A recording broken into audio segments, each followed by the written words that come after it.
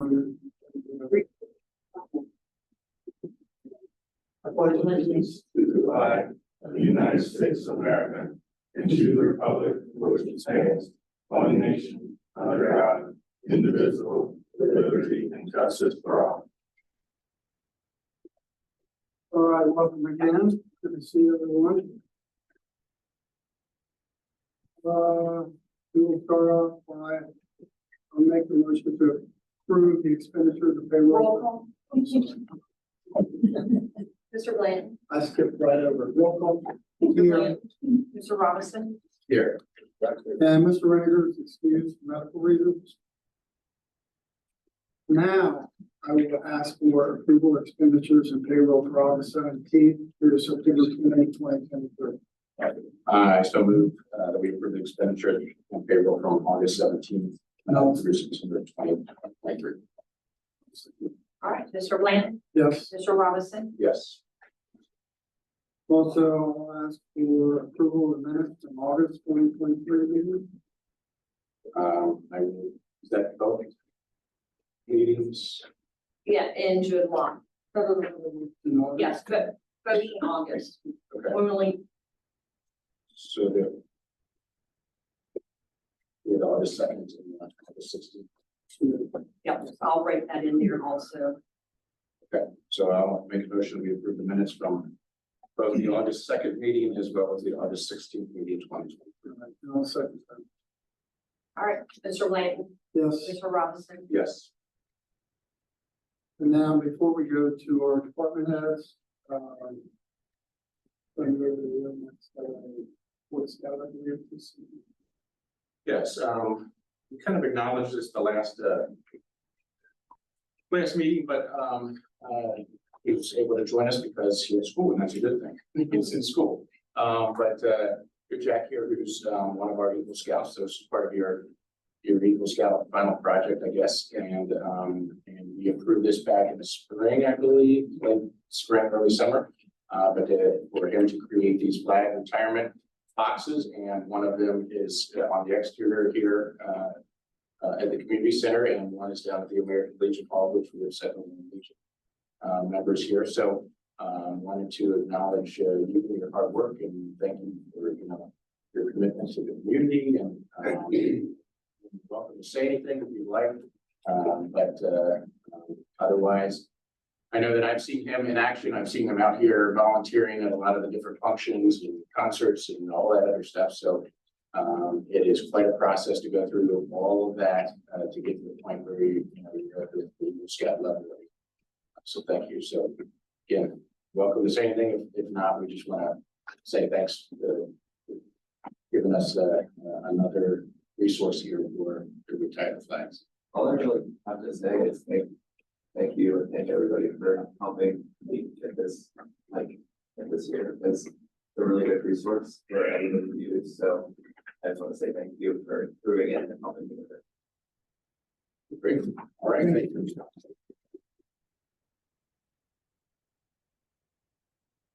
And obviously we have a great partnership with our scouts, and we use our room downstairs, and it's good stuff. So again, feel free to stick around, but otherwise appreciate you coming. Thank you. Thanks. Right, we'll move along to the sheriff's department. Sergeant.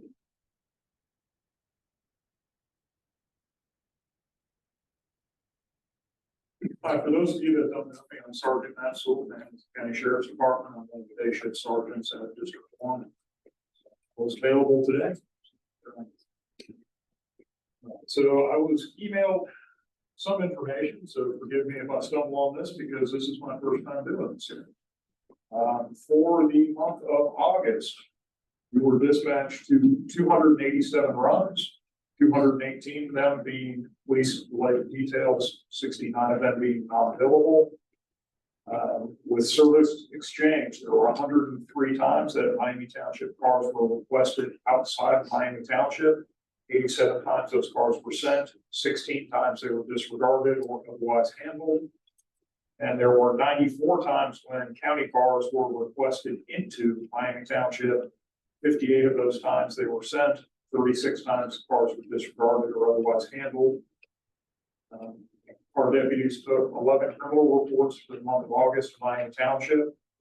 They're broken down as 3 thefts, 2 threat or harassment complaints, 1 domestic violence complaint, 2 assault reports, 1 fraud, 1 trespassing, 1 criminal trespass, and vandalism complaint. There were also 5 non-criminal reports, made a case for a suicidal person, made a case for a medical, made a case for a fire investigation, 1 death investigation, and a property damage criminal. There were no auto accidents reported for the month. And it's like a total of 16 incident reports heard. Anyone have any questions about any of that? I know you had the speed, sign or monitor, bridge down there. I don't know how we are with that, but, so to help or not, or, not sure yet, or, To be honest, I haven't spoken with the traffic officer that handles it. I very rarely cross paths as my work shifts, cross paths with them. I'm gonna try to find out, get over and give you some information on that. Yeah, I really like to have some information, because that's my question too, also. One, did it record, and if it did record, what was the highest miles per hour? Because we've had issues, and we relate to the intent that the new surface they put down on First Down, people are speeding up. And that's what we're trying to, I guess, slow down. So that was, I would like to know if it was recorded, if it was, what those results. I'll try to, have the lieutenant pass that information on. I can tell you that from my experience, they generally record and it's their set up too. I'm not familiar with the equipment that is there. I don't know if that one records, and I would assume it does. And I can tell you, I've worked out in this area for on and off over the last 20 years. Speed enforcement on. There's just not many places for our cars to turn or to sit. It's very challenging. I know our guys drive. But there are some spots. There are spots, but it is certainly it's a challenge with fire. But I'll reach out to them to get on board with this. So, does anybody else got questions for the sergeant? Okay, so thank you.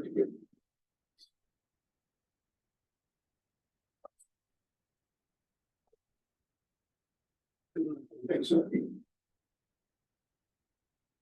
Fire department says Sheet Street. Evening, everybody. For August 1.3. First page just goes over our fire details for the month of August. We have 32 fire details, 12 in Miami Township, 1 in Addison, 9 in Cleves, 3 in North Bend, and 7 Mutual Aid details, 4 being canceled.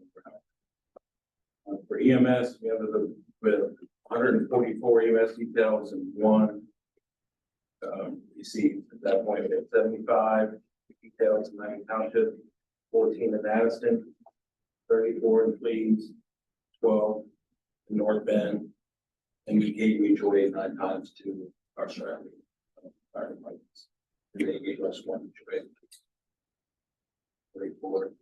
Next, just some graphs based on the details that we responded to. Page after that was event highlight. It's just our code enforcement division, just everything in that month of August with pre-planned inspections. And the kind of site surveys and things like that they did, nothing to really note on that point. Third one, the second time that we offered this was for the waterworks and the out of service hydrants. And if you notice, there has been no change in what's been fixed, what's been reported as broken. We are starting our fall hydrants coming up, so we might get more hydrants that are broken, but we haven't had any reports of anything for the fixed, except for the Cincinnati waterworks that was last month. I do know that he's emailed both Addison and Cleves, I think August 2nd and September 4th.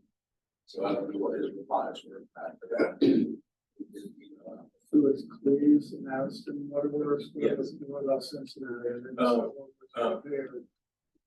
They had, it shows in July, they had 4 out of service and they repaired 4. Right now, the city, all of our hydrants that are occupied by the city, water are all good. So we have a total of 27 fire hydrants. I'd like to see what the reply on the email is. Okay, We need to, I think we need to keep that paper trail and resend the email also requesting this request. yeah, and at some point, As soon as possible. and at some point, it might have to go to code enforcement, they don't keep it, some other way to fire you tonight, and probably 2 items. 2 items. 2 items important fire that we have issues with. So, and sometimes you don't know the road that you're trying to do. Right, You know, right. yeah, so we will keep up on that, and I'll keep up the correspondence. Okay, so that's good. The next page is just the list of hydrants that you can see where they are, and I said, nothing's changed from the last one. The last page has to deal with our staffing, our medic staffing. We had 62 total 12-hour shifts. And 9 shifts, we had 6 medics, 5 shifts, or 24 shifts, we had 5 medics, 25 shifts, 4 medics, 4 shifts, 3 medics. And dropped down to 3 medics, so we had 1 firefighter here to a neighboring department. So we're trying to not wear out our paramedics so much and mandating them so much, so we kind of changed how we mandate a little bit, but it's still getting covered for the most part. So we're trying to figure that out now. Like, I'll bring it up here shortly.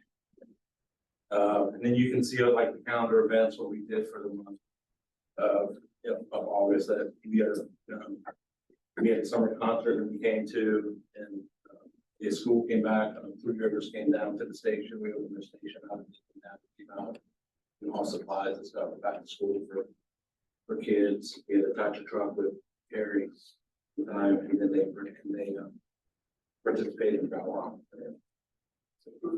Also, we like to do get out of the firehouse. You got a firehouse, you got a fire, get out of the firehouse, you ride the fire truck.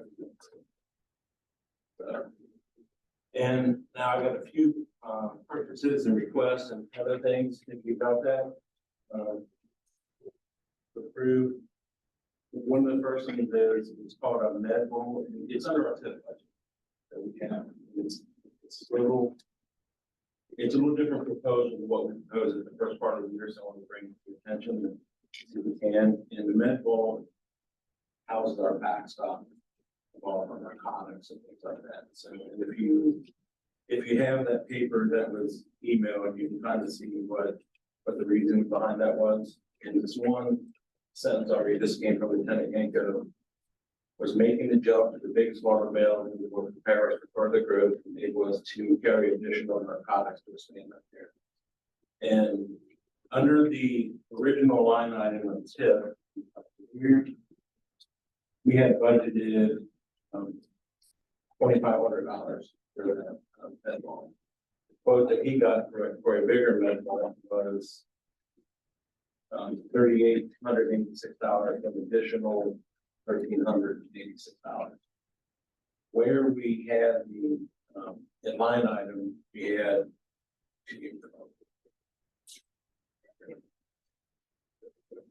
but I believe we had a total of $31,700 in our station needs. That's what we had available for that. And so far, we've only spent like $1,000 out of it. So I'm asking if we can allocate some money that was for something else that would like for like appliances. We spent $1,000 on appliances, we had a new washer, new microwave. We did spend $16 to fix the dryer, so we can try to fix it. You know, so if we can allocate the money made from that to buy additional ball. No, we're gonna keep our current. Right? This is just Yes, gonna be additional. yeah, this be bigger one. Okay. There, and then as far as station needs, just why I think I'm okay to allocate different money from there, improve it. Is the only thing I can foresee us needing, which I'll bring up next month, is we have to get new mattresses. 70. That's in there. That's the only thing that I can see that we probably need out of that station for the rest of the year, unless something pops up. Okay.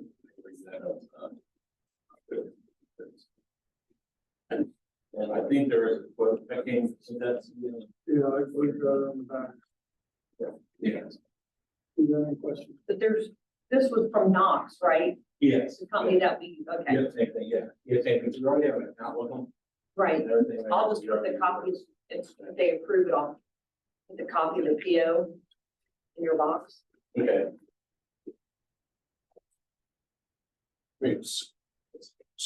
So you're articulating that we definitely have the need for the bigger vault in addition to the smaller vault. I don't have a problem with the money necessarily, so long as you guys are saying that's an absolute need. And, yeah, he wanted the, like, the other ball, like, well, traded large, is there any option or something to do with the old one, or do we need to have the space for both the old one and?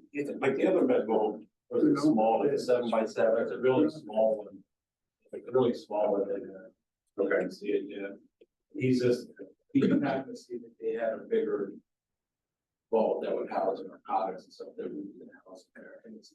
Because I know the other one, kind of how it works is we house spare marks in there, but when we have so much of it, they have to be locked up. Julie keeps it in stock, and the way that it's hard to get stuff sometimes, if you find something that's you can buy, go ahead and buy it, but that takes a little. Sure. And would it be housed up here, or? No, it's a 68, sorry, mention 68, that's where all of your supplies are there. Storage. Any other questions? All right, excuse me, I'll make a motion that we go ahead and purchase the med ball for $3,886. From Knox Station. Knox. I would second that motion. You did second, Mike. Yep. Mr. Blanton. Yes. Mr. Robinson. Yes.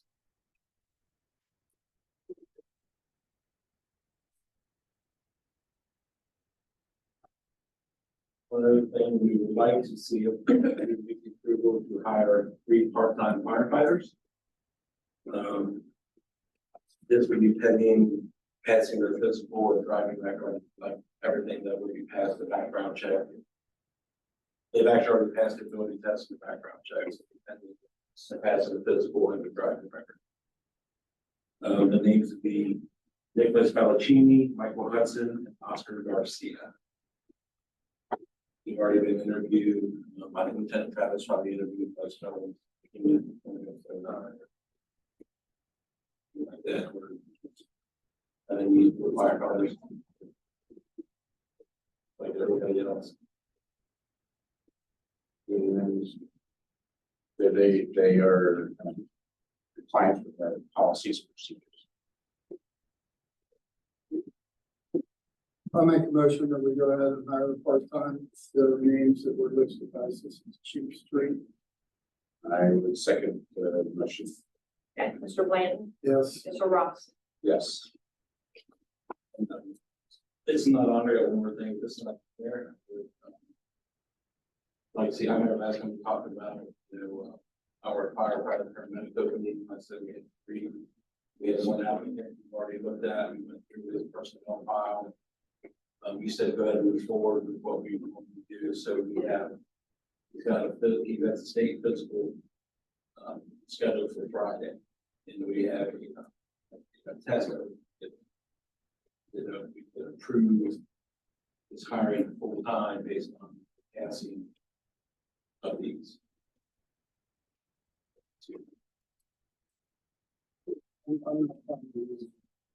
We have a full time paramedic. We have put the job out there. We only had the 1 guy. It was eligible. We had 2 people that could have applied when we wanted to apply. So if you remember that we talked, we said to move forward. He wasn't at the Wednesday meeting. Okay, I'm sorry, yeah, okay, yeah. So, this is, Mr. Robinson asked, yes, he asked us to go ahead and start moving forward with our normal process with those person. So we went through his, personnel file. He has a state physical there, he went through an interview process. And, we could hire him almost the same way, Who is it? templates. And the employee with us for 15 years or longer, or something like that. That's when that hired for time pending have to keep the school. Yeah, and at the time, Mr. Blaine was out of town. Yeah, I forgot you were. But, based on what you've been through so far, I know there was one applicant, but again, good about record in this position. Yeah, he would, if you remember, he actually got through the whole process and was actually approved and doing the state physical, but he didn't.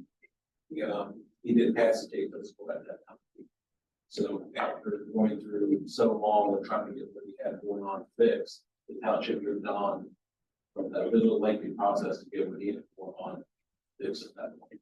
So the township moved on and hired somebody else. So now we're all in compliance, I think, compliance. Yeah, the only question, I guess, is, from what I understand, is that if you would still do a written test, correct? Yes. And if that is still, hasn't happened, that do we want to move forward with, is it considered a promotion, I guess?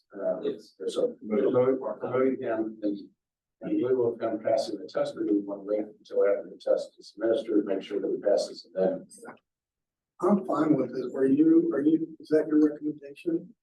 We can, which the state test I'm talking about is a physical. Right. We do have a written test for him. And that'll probably be done probably this time next. Well, we can make a motion and pass it, if we pass it to, contingent upon those. Okay. I'll bring it back up before then, if that's okay. No, we'll do it. right now. Motion contingent upon the written test and the physical, correct? Yes, Is that what you said? yes. Okay. I mean, he's an excellent employee, he has been for a long time, and I think he's an asset, especially for the younger Yeah. people we're hiring. I think we need to move forward. I hate to lose him. Right. Yeah, I totally agree. So, and your recommendation, Chief, and I'll make that a motion, like, the test and physical that Chief Street stated, I will second. Mr. And then you guys will get with me on, Paperwork, all that stuff. police and After it's all fire. done, yeah. Yeah. After it's all done, and everything is good. Mr. Blanton, yes. Mr. Robinson, Yes. One more thing, don't listen to that. I think I brought this up the last time we talked about the national testing effort. I have Lieutenant King here with me, we've done a lot of the legwork and explaining what it is. But basically, it's an outside source for us to. For a part-time firefighter, you can put the full-time firefighter through this company, they do all. The written tests, they do some interview questions.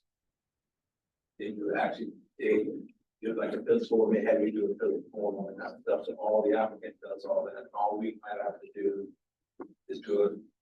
is maybe pick like a couple guys that we think we like and have the person interview with them. At that point, they do that all, it's $500 a year. Any cost that goes to like doing the physical stuff is actually on the applicant. But I think, and King put in here, he would like for us to see if we have any internal applicants, maybe the township would cover that portion of their testing process. Because I think the physical we can do ourselves, which is awesome. It's like $105 for that, but the exam is there. So the only thing we do is just do an interview. And it saves some time as we use the process. It also keeps it open end for us, like for part-time people. They can go and say, oh, I live in them, they have an application before we get notified that someone's looking for a job. Which would be great. So the cost increase $750. Is that what? if we lock it in, Starting October 1st. Before then, we're at 500, right? And how does that work? It's just open end, so it's always open, so Yeah, we can post or take it down or up as many times as we want in a year, full-time, part-time, doesn't matter. and if you're looking at full time, you can just make a posting copy of the contract. Last time you're really out of the term candidates, but, you know, full-time paramedics, something else needs to be on it. So the- I'm a Trying to big, get ahead of the game. I'm a big supporter of this, and, again, you know, everybody is hurting the bodies right now, and it's good quality, qualified candidates, so kudos to you guys for taking the initiative to come up with this and look at this as an option. The only question I had, so you just said it was a fee that you would pass along to internal, is that what? Because I definitely That's it, support a $500 annual. He requested in the second last bullet point Right. was that, say we're hiring like an EMT. And if somebody, because once you give somebody a test, they always have to take this. That's one difference. So he was requesting that if we had an internal EMT take the test, the town will reimburse them for that. You know, or not, you know, it's, if they want a job and you don't do that, just go ahead and take the test. I would think so. I would. But, We- but you also when you get 10 people running the test and it comes costing, so we're trying to make sure that we're okay with that. It also kind of gives them, a little bit for our intern candidates to stay with us. Because before, we'd always hire from internal, but if we start from external, you know, I thought maybe if we did offer to pay for that portion of the test, give them a little purchase, you know, for one. And in general, I'm supportive of that. I would just say maybe that's something that to communicate, like, if we all of a sudden see some big hit and numbers that you guys just let us know and say, hey, but you know, in general, the levels that we're seeing right now. And we also house them, and how they may be something we don't want to do after this, but just kind of gives us another option, because the recruitment of the old ways is didn't work. Use the Green Township. Green used it, Delhi used it for a little while, Whitewater used it, Harrison doesn't, they're gonna still serve the contract. All right. I'll just go ahead and make a motion that we hire the National Testing Network at the cost $500 annually for membership. And second, And Mr. Blanton, Yes. Mr. Robinson, yes. And it with me. All right. Any questions for the chief? Everything, all that?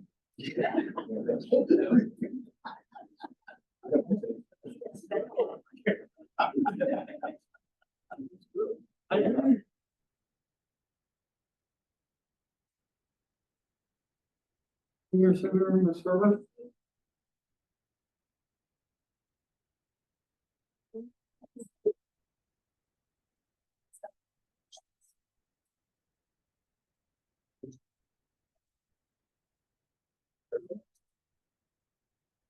Yes. we got it. Yes, thank you.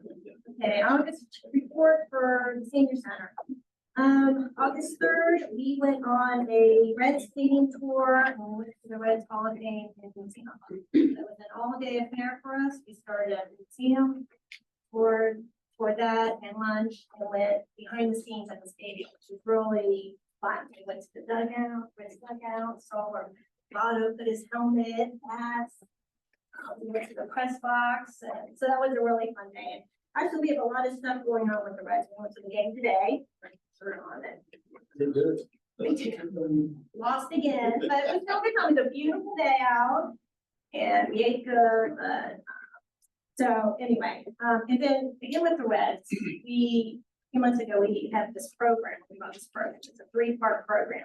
The first part was a couple months ago when it came out and brought some historical items from the Reds. It was the Red Reds. It was a couple months ago. The second part is in October, and we're going to have what we're calling a surprise speaker. We're hoping maybe Brandon or Oscar. We don't know yet. So that will be sometime in August. It was supposed to be the 12th, but they canceled that day. So I'll have to let you guys know when that's rescheduled. So that'll be fun.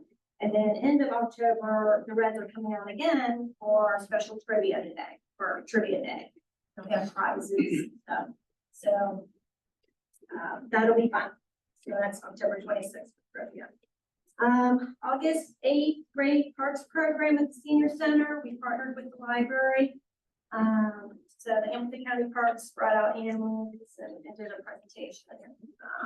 So that was fun. We had a big turnout for that.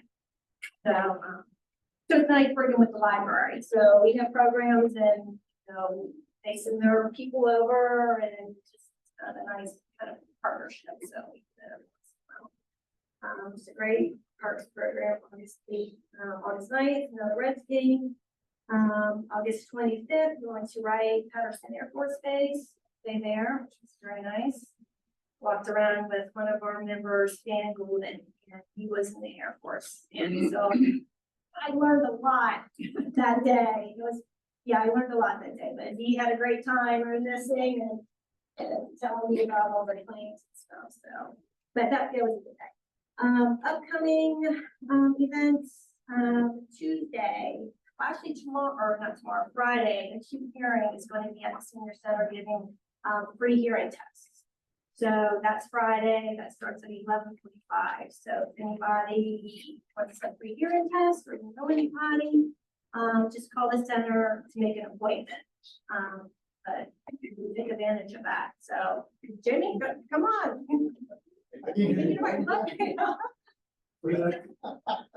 That's Friday. This Friday. Inside the senior center. Inside the senior center, starting at 11:45. But please call and make an appointment for that. So appointments available. So that's this Friday. Tuesday, the 26th, a trip down memory lane. Dave and Jackie McCoy will be at the center. And they're going to entertain us with some songs from the past. And we'll have some refreshments, finger foods, drinks and stuff. So that's Tuesday. But I'll make a reservation for that also too. So that's Tuesday the 26th. Let's see the upcoming. The center is also going to start out a chorus. So we have about 15 people signed up. So we're trying to get that together. October 1st, that one is our first meeting. So we have about 15 people, and a lot of these people that have joined have been at the Taylor alumni course. So we have some members of them. So in a normal practice, and maybe hit the road, and get us some. No dancing or nothing like that. But yeah, so maybe we'll hit the road and hit some retirement homes or so and entertain some people. So I will not be a part of that. I will support, but I can't stand. So anyway, so that's something new that we're starting. So hopefully that'll take off. So that's events at the center. I do want to present to the board a request to upgrade all of our TVs at the senior center. So they're about 10 years old. So I'd like to get new ones that are. Did you get like a copy? Yes, I have all Oh, of okay, them. I'm sorry, I didn't. see They're it. just, they're nice to have Okay, cool. smart TVs, Okay. bigger, Hello? new mounts that. Is Just, Easier to read or 10 years old, right? Or currently 10 Yeah. years old. Yeah, so that's, and it was 24. $2,448 Yeah, 39 cents. Where are these coming from, Mike? Those were priced, I priced at Walmart, priced at Amazon. Oh, so this is just a rough. Just a rough, yeah. But those were on sale at the time when we priced them, so it'll be in that same, they're all in the same price range. So if you just go 2,500 will be okay. Yeah, Yeah, We'll stay on Are these comparable with? so we want to get them with the Spectrum app, Same. smart TV, Spectrum app, all that, so. Real similar to what we buy for back here. I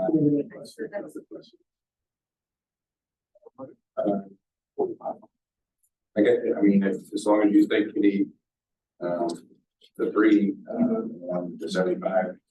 Which, yeah, the three in a row, and we have the rooms, it's a little bit bigger. Than these TVs, so easier to see where they're at.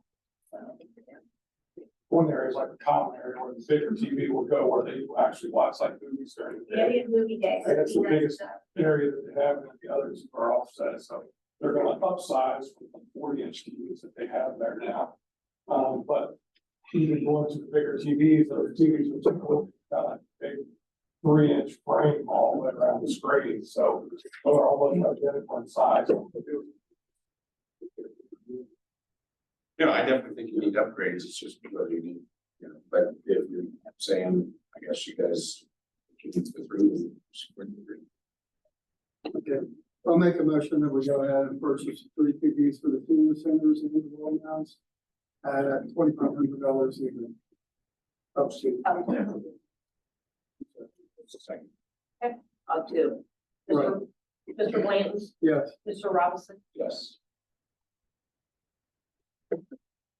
Anything else? All right, any questions for Mrs. Gerber? I have one question. Oh, my goodness. They had me at Senior Center last Friday, frying hamburgers for the birthday party. I did 30 hamburgers, They were delicious. and they wanted me to wear an apron with flowers. I'd like to know if I can find another apron. With a little more macho. It's all we had, okay? We appreciate you doing it. We appreciate it. I'm sure they were good. That's just right. Yes. All right, Because we talked about this. And it's a function how well in the last week. I wasn't there. The design's up and running. It looks wonderful. Doesn't it look really nice? Looks nice. You A know, lot of feedback on it. About a couple of I got a lot of feedback too. I don't know if everybody's seen it. I think we've worked on that. Karen worked hard on that. And the board approved that back, I think, at least 3 months ago. oh, I don't know. And they got it installed, and it's really, really, really neat. I think it's awesome. For the senior center stuff, the township stuff, if we have a disaster, I think it's awesome. Really, it's great. I think that's great. Yeah. So, all right, thank you. All right, thank you. All right, Mr. Miller, the maintenance department. Good luck with that.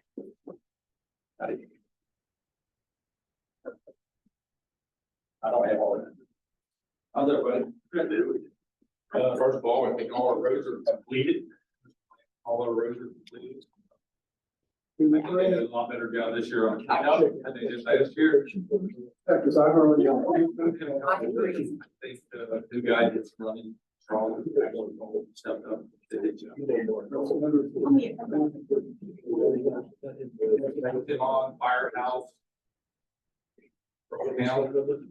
I talked to Dan Montgomery actually today, again, he, I think had COVID, or he was in quarantine, and he said that the more change orders that still need to be signed off on, but admitted that, they've been trying to get everything in order, and Dan made requests that we meet virtually, just based on the list that you guys sent me, and then I forwarded on to them, but a month or two ago, whenever that was, they sent it to Phil and to PBR.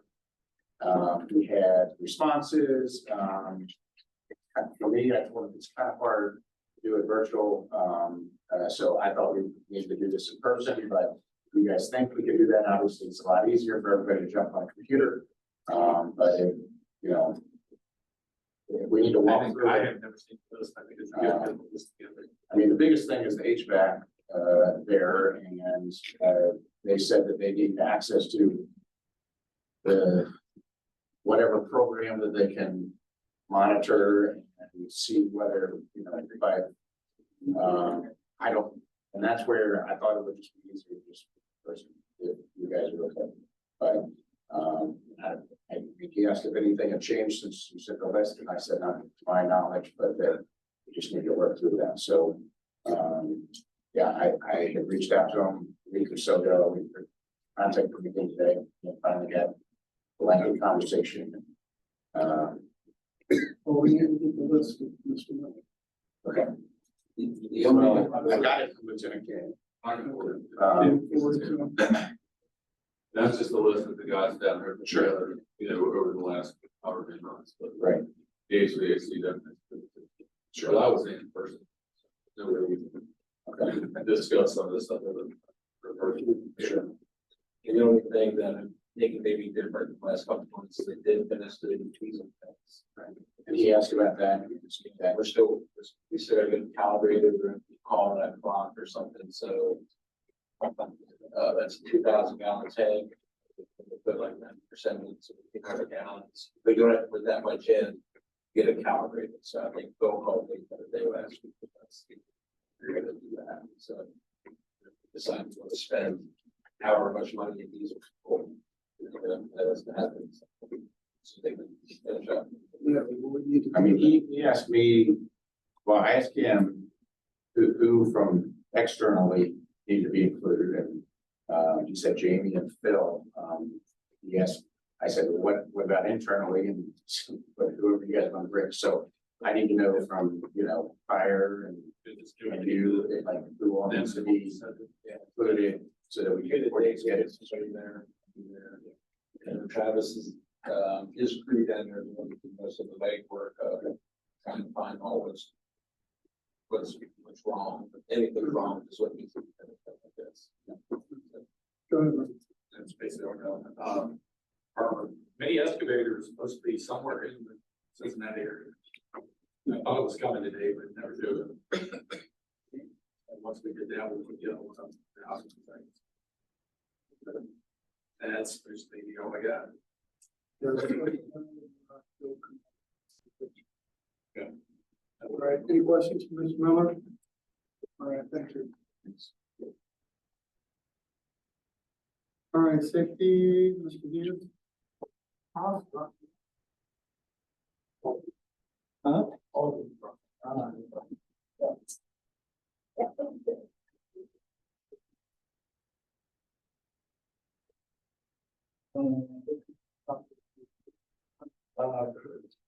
Another good month, no accidents, no injuries, still good for the year. One of those we're still dealing with, we're not sure if I have surgery or not in shoulders, that's still pending. We're dealing with, surgery with that. Went to the, first, Hamilton County Safety Meeting, and, they were talking about, work, injuries, workplace, injuries, be proactive and try to find the areas that are dangerous for employees. And we're talking about firefighters, we don't get much more dangerous than that. But, so that's kind of what the topic was for the month. This month. The new AED is finally here for the park. They've been waiting quite a while, but it's in, it's been programmed and placed in the box, concessions in this park. God forbid we have to use it, there's certainly will be there. Good thing, Yeah, did we talk to you about maybe putting like a air tag in that? yeah, but I haven't talked to him since. Okay. But we were talking maybe like, if you air tag that you can't see it, then you can find it or something besides take it. That's definitely a good idea. Yeah. Something we use. Yeah. Or Verizon or something like that. You do like a free practice, Yeah. Okay, yeah, something to think I don't- about. like you can just go ahead and buy them, Yeah, they're no less than $100. so we can get it in there tomorrow for good for them. Yeah, I can buy that. I can't see where anybody would want to steal that, but I'm telling you, in this world, putting it there to save lives.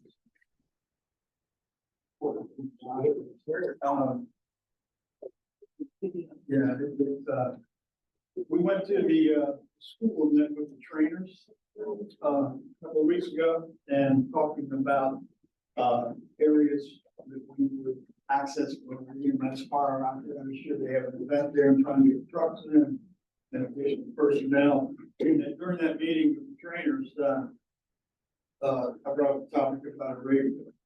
So we gave them one of our portable radios that the trainers now have when they're there with events going on around sports, and they use it already. We had a person, go unconscious in the stand, spectator. They were able to use that radio and advise the squad when they were in the crowd. What they had. That was Saturday morning, Pee Wee football. That was a Pee Wee football. And, I can't say enough about the trainers. They're good. They're really good gals. And I was talking to Betsy and she said, she's the one on the radio.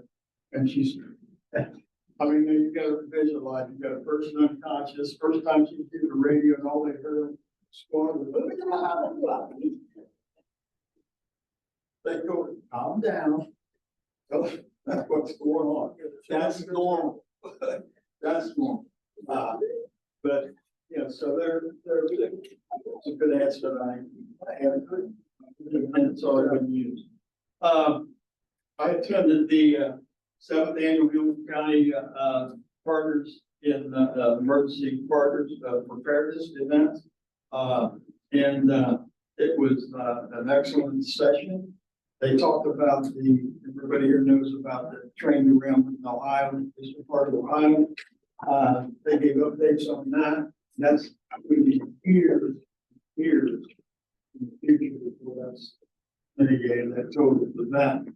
And the consensus basically was that, you know, nobody could be totally prepared for it. It's just impossible. What we have in place is we have programming, we have emergency action plans that we can respond, and we can get the resources very quickly that we need.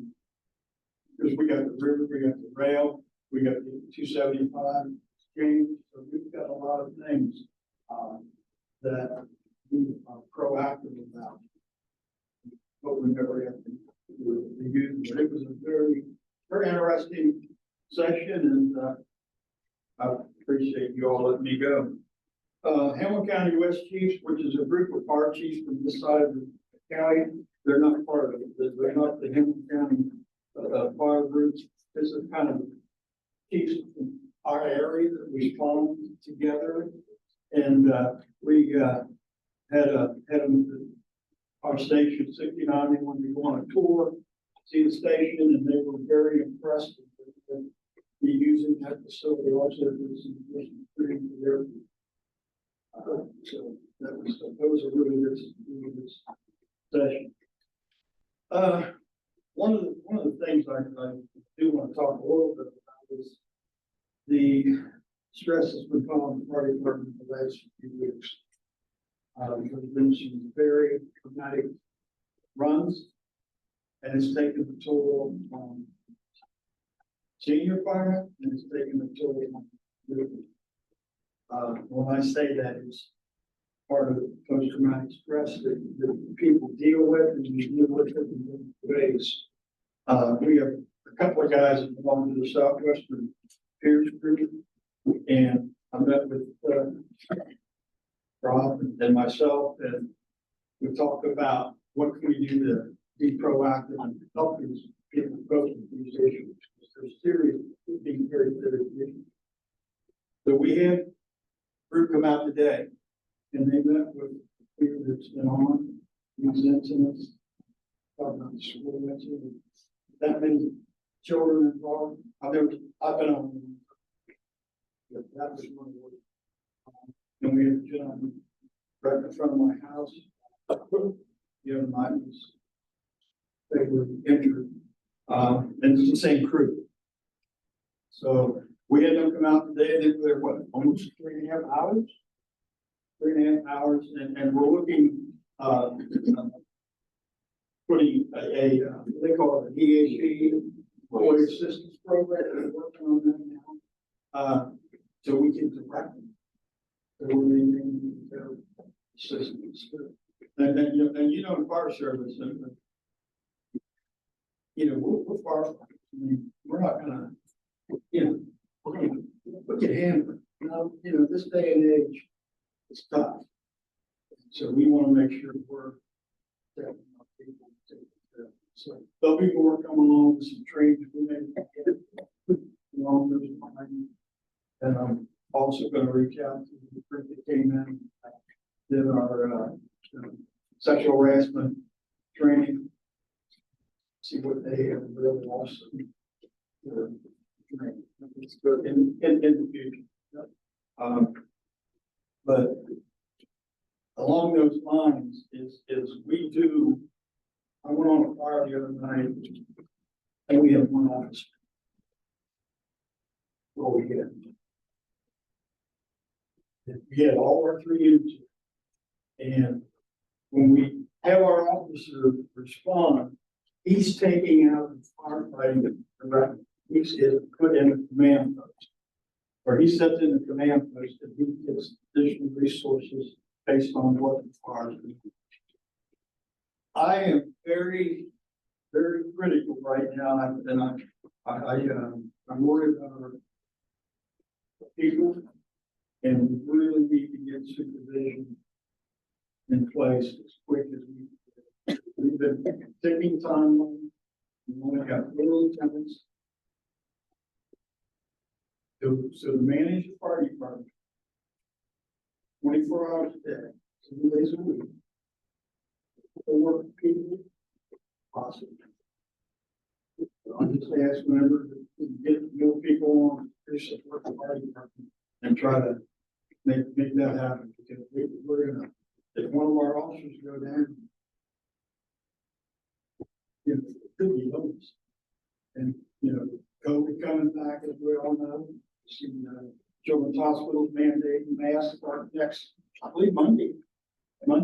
So it's rolling back, and God, I'm just scared. We're gonna bring up and talk about the promotions. So Jack brought it up to me and called it 6 minutes. So here we're gonna address it, but we're gonna address it tonight. So when he's here, we'll address it hopefully on October 4th.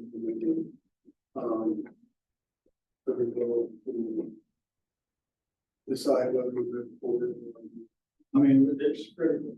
It's not, Yeah, I think it's critical. it's, I'll jump in, it's hard to manage. You know, the man, if I look at about the, control, how many people should you have worked in? And the average is 5. So what do we have on duty? 9 on duty. And it's, you see, it's a critical statement. Really is. Okay. So any support you guys can give to help these people, I mean, it's needed. It's really needed. Can I just say, Oh, I'm sorry. no, you're fine. I don't know if I haven't heard of this in a year and a half or so, but there was talk in the state as far as they had some program, and I don't know if it was for police, fire, EMS, what it was, but it was sort of a peer mentoring, counseling, kind of going through these traumatic things. So I don't know, again, if it was specific to one, police or fire, or, if it was kind of all of the above. Right.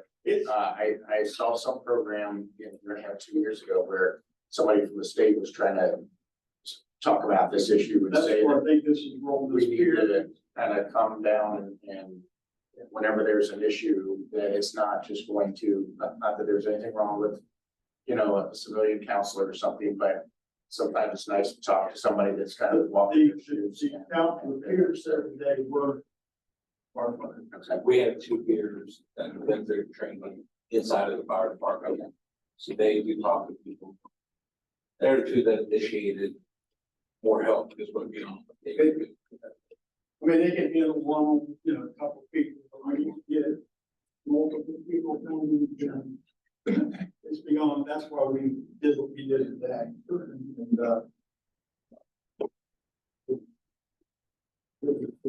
Well, and even the comments. Yeah, that's what we're looking at. I think if we do promotions, I like to see personally from my idea, we'd like to see the lieutenants always take the training.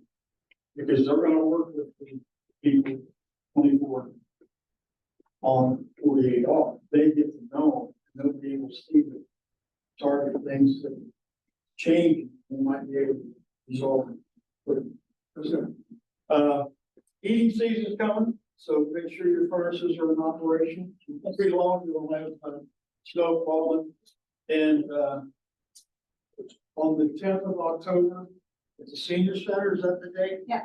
The tenth of October, I'll be there, and I'll have some AED trainers. That it's not a certification class, but it's to show you how to use an AED and how to use it. 11 o'clock on the 10th, at the senior center, we need to notify, since we have one part to do, it's soccer, well, Brewers Athletic Association. So I'll know. Okay, I know the school, Baseball, soccer, football, we can have a representative for all of this. We got one at the grant for the concession stand. and I'm gonna say this, that park, that pickle court, Football courts also. daylight, you're out there playing. I mean, I'm telling you, they were playing when I just went, when I had my night, so I was, and we do have, last night, we have a safety committee, Township Safety Committee, the meeting on the 28th, Senior Center at 9 a.m. So if you're all, you're always invited, so that's all I have, unless you have any questions. Any questions for Mr. Hughes? All right, thank you. All right, where was missing, Robert?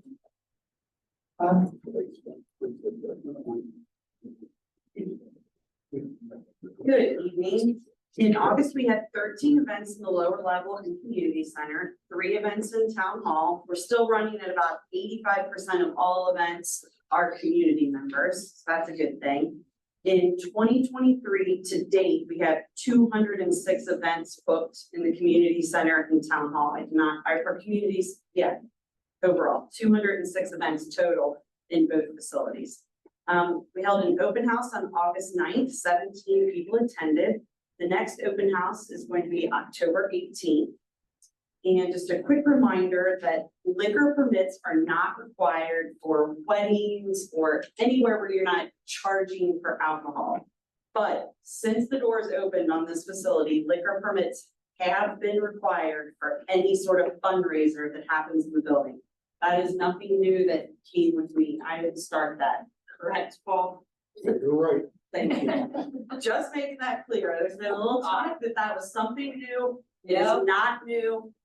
I don't have the power to make that law, so it's, is absolutely a state law, and it's something that Mr. Robinson reminds me of all the time, because we knew that it was very important. So you have to have a liquor permit if you are charging to get into an event in this building. And we will enforce that, because they enforce it to us, so we have to. Even at the concerts, they had to get a liquor permit. Absolutely. Yes, right. We got it. Yeah, so notable events, Board of Elections used our facilities in August for that special election. They used the community center and town hall. Papers were signed. They will use those spaces again in November. TRCAA held a successful fundraiser with a liquor permit. And they've already booked that same event for next year. Boy Scouts, Cub Scouts, stands have all moved back down into the lower level. The agreements have been signed for the year. Three Rivers Women's Club, and Kiwanis are continuing to utilize Town Hall. Kieran had referred Eileen from Bailey Place to me. They were looking to plan 2 large senior events where they invited seniors from the community for informative sessions. So one of them they didn't need my help with. We booked it. They had 80 people attend. That was an informative session. It was wonderful, beautiful dinner here. The other one, the people who were doing this event were all from out of town. So they asked for suggestions on what we thought would bring seniors into this facility so they could educate them on different things. So I had suggested Mike Davis, the Elvis impersonator. Took a little bit of working for all of the dates to come together, but we did that. They brought in the Elvis impersonator, and there were 160 seniors here. And I actually just got an email from her tonight just saying that it was wildly successful and that it was like wonderful. I don't know if you've ever seen Mike Davis, but he's a lot of fun. So Elvis was in the building. Elvis was in the building, yes. And then we had our Touch a Truck event, we had Cleve's Post Office, Ron's Bruce, Midwest Stonescapes, Fire Department, Police Department, Snowbug, M&S Concrete.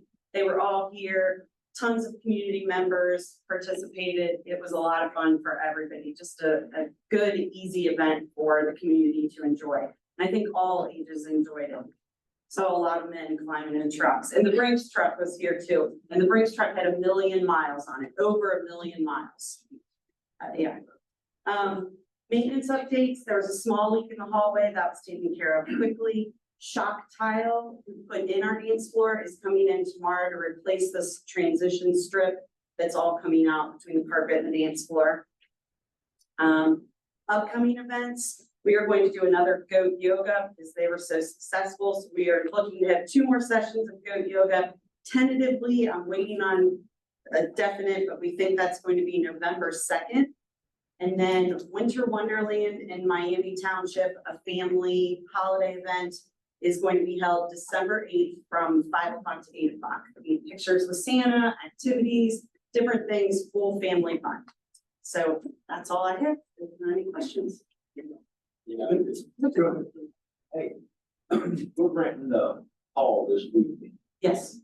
My daughter called about bringing a half barrel of beer in the night before. And they said she had to pay another $450 to put a keg in. That was not me. Are you sure she called Miami Township in Hamilton County, not Claremont County? That did not come to me at all. What's her date?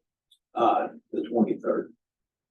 No, she needs to recall that. That didn't come through me at all. There's no charge to bring in. That's what I was calling about. Okay. There's no, Work, did you put a keg in in 5 minutes? no, I set up all beverage deliveries always come the day before. I've done that since I started. No. Yeah. All right. All right, any more questions? All right. Then TVs, well, we can talk about that. I got all this. All right, thank you. Thank you. Never call me. That wasn't me. All right, Clark, Mr. Clark, come here, Mr. Taylor, I think.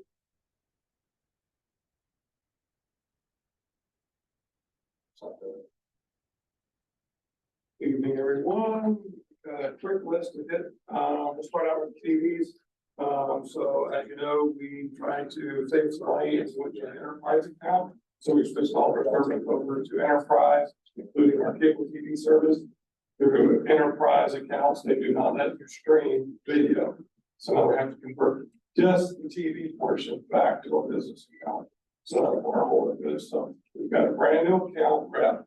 I met with her Monday, I met with her last Friday, and again today. So we just about got those conversions done. So they get that, they'll give me credentials and then we can just log into it. And then we'll have those TVs working. So that's in the works. That's what the latest we're getting is streaming. But we didn't want to pay $10 a month per box for every TV, so we wanted to stream. So I found out where the problem is and they're going to correct that. So once that's fixed, you'll get with I'll get rovers, figure that out. here, get her credentials, and we're gonna log in with me during the day and then go through it and make sure we're trained on how to do it. And then we'll apply this same methodology at all locations, firehouses, everywhere. So, and then like for Karen, for her TVs, right, I'll do as well. Okay, good deal. You have to have one of their TV boxes, like a cable TV box at every location, but we've got multiple TVs, so as long as they got the app on the TV, we can use the app as opposed to paying $10 per box for TV. So save us, but unfortunately, that last rep that we had, she actually retired. She didn't know that enterprise services for governments couldn't stream. You have to pay an additional fee for that. I've got that sorted out. It's coming very shortly, hopefully. That fixed issue is on. Yes. Okay. Yep. More urgent right now, we're working with our 2 third-party IT providers, IMS and Dark Points.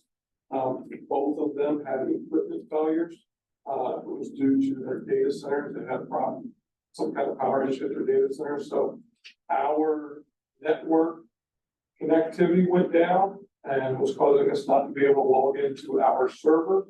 And then we got that fixed, and then we found that it affected the server as well.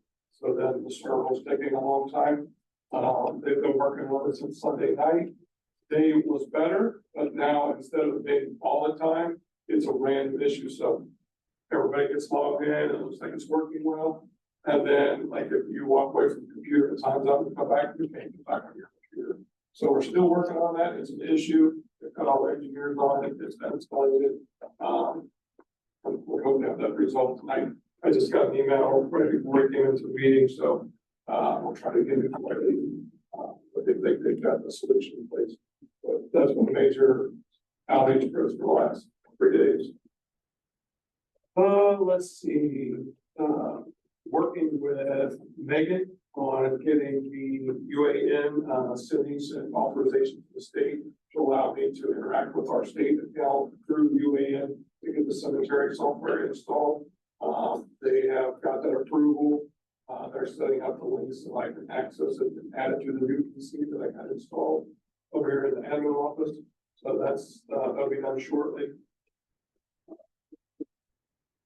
On the park last week, I was down there Tuesday, for about an hour, and then all day Thursday, all day Friday. I did the actual physical installation of the public address system. Everything went well from the installation perspective. We turned up the music sounds great, you hear it throughout the park. Put the microphone in, and the microphone did not work. It shows up, you can see the little lights bouncing, but it never would broadcast, so they had to order another microphone receiver. So that's coming, hopefully early next week. We'll have that in, and then that system will be ready to go. Mr. Hughes volunteered to come down to St. National Anthem, so we can test out. We'll videotape that, post on Facebook. We gotta go. Where is it? I'll practice all day that Friday. That's good.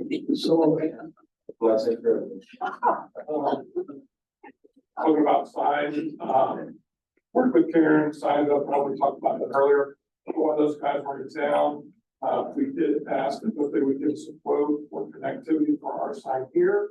So they agreed to do that. I'm just waiting for them to schedule a technician to come back down. That vendor's out of Dayton. We can pay for a service call, or they said because we're a business. We're more than business when next time they're in town, early next week, hopefully. They're gonna come up here and we're gonna see about getting the sign connectivity back in. Because the sign provider that we use for this current sign up here, they don't have that radio transmitter anymore, and they want us to go to a whole new sign assembly. This new company says we won't need to do that, that they can make it work, so we're gonna investigate that, get that back online as well. So That's been a long time. yeah. Let's see. Talking about microphones. I have talked to 2 different vendors. The week before last, I brought up a audio video guy that I know that does work. We reprogrammed all of the transmitters back here. We found that it's pretty much the microphones, the goosenecks. I think we have to protect how we treat these a little better because they're all, the connections are broken in the gooseneck.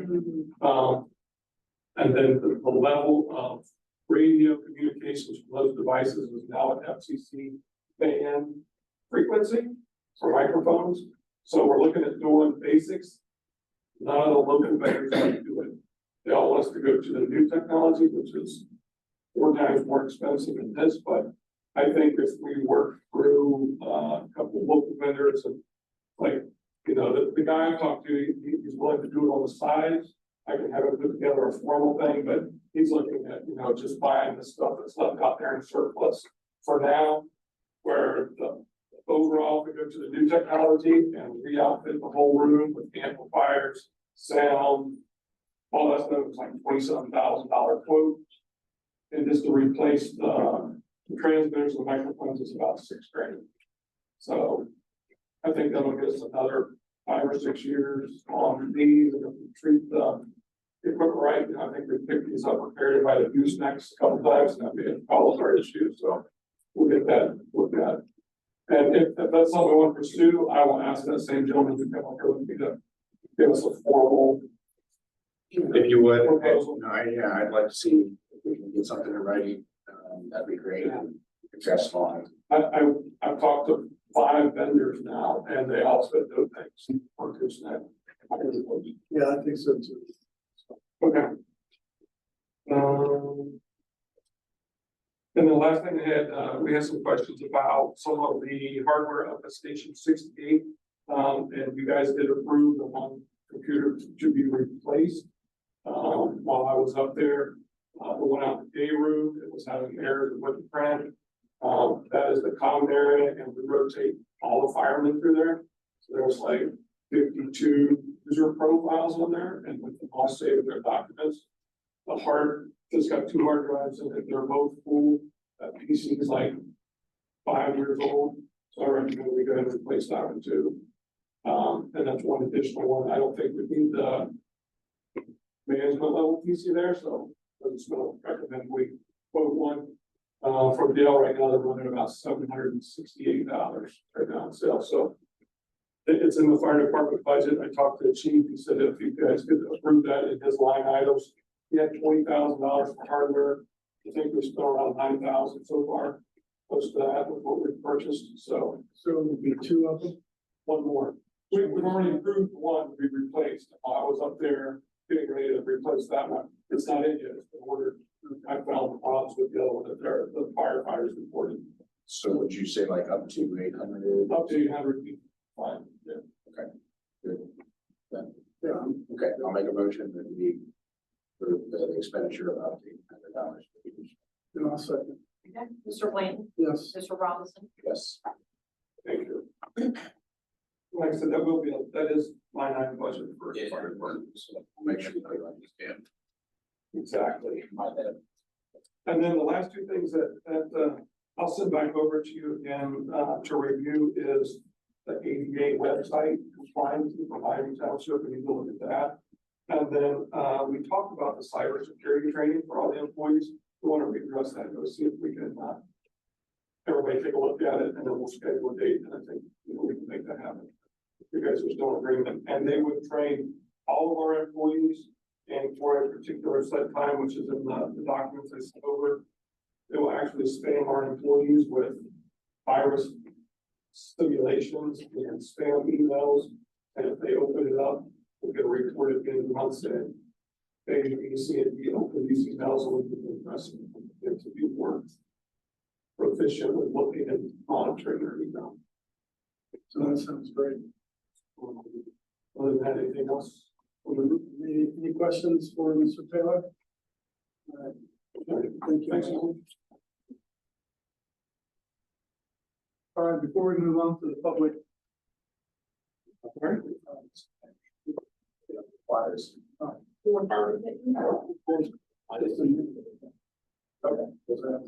So before we go to the public, we got Baron Beckman here with Mark Rosenberger, where everyone knows. I'm not sure if everyone knows. We've been working on the amphitheater for the last probably year and a half, probably last year, down in Miami Township, West Park, and Mark's going to show us a presentation, and then we'll get on to that. Mark?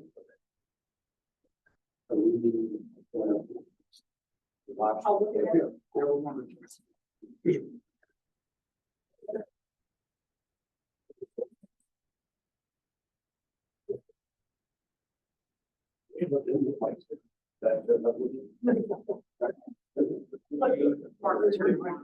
We did. No, that.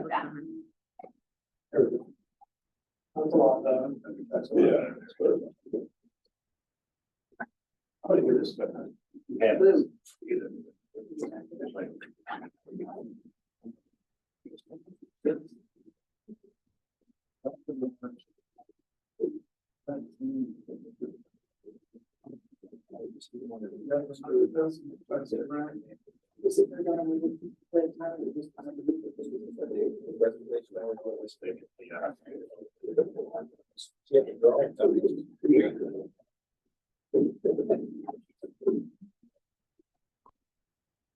Good, all right. My name is Mark Rosenberger. I'm with Becker. We were the engineers on the park back in 2012. And now we're working with the township with the amphitheater location. Along with me is Rachel Sprock with plant architecture and design. And plant architecture design was the original architect on the concession stand. So we're going to just go briefly through this. And then I'm going to talk a little bit about, if you want to go to the next page, if you could, Mike.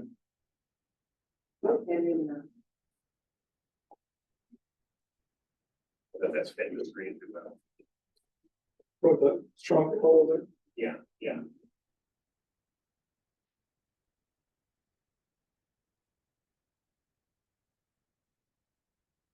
So this slide here, basically when we go through the process of figuring out what the entities need to be, this is a material palette slide. Basically, the original community center, which we're in right now, has that look. And then we benchmark off it for the concession stand, and that's what you're seeing here. So if you go to the next page, please. Couple of things that we look at when we go ahead and design a facility like this is an approach that will go towards the amphitheater from what it would be from the north to the south. So that slide there, and then if you go a couple more slides, if you could. And then a couple other perspectives of where the concession stand is located. You want to go ahead to the next page, and Rachel's going to touch upon this a little bit more detail later here. So in order to kind of come up with a design, we have to go through what's called precedence. And basically these configurations were discussed at a couple of meetings. If you want to keep going through the slides for precedence, these are the type of ideas that we're looking at. I'm going to keep going.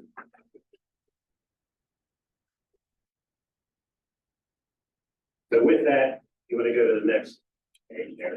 So right now there's 4 schemes of a amphitheater that we were studying with the discussions and the meetings that we had. This first one kind of shows a 60-piece band setup. You go to the next one. The next one is what is a ceremonial setup. You go to the next one. And then the third would be a banquet type arrangement. And then the fourth, which is what the township's really known for in terms of what they have, the events they have out in the parking lot, would be a live band scenario. So we're gauging the massing of it, and this is what we're coming up right now. So we're still studying the massing of the building itself. We're going to go to the next. So what plan has come up with is a arrangement like this that will mirror what the concession stand is out there. So go to the next one. So this is shrink it down a little bit. Yeah, so you want to shrink it down. There we go. So you can see as the concession stands on the left and the amphitheater would be on the right. It would complement each other. The amphitheater, we're anticipating the stage floor to be at an elevation of 489, the 100-year flood elevation 490. I'm going to go to the next step of the site plan itself. I'm going to go to the next page.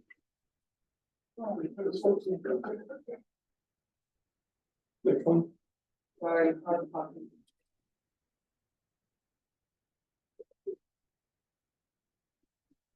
There we go. Everybody see this?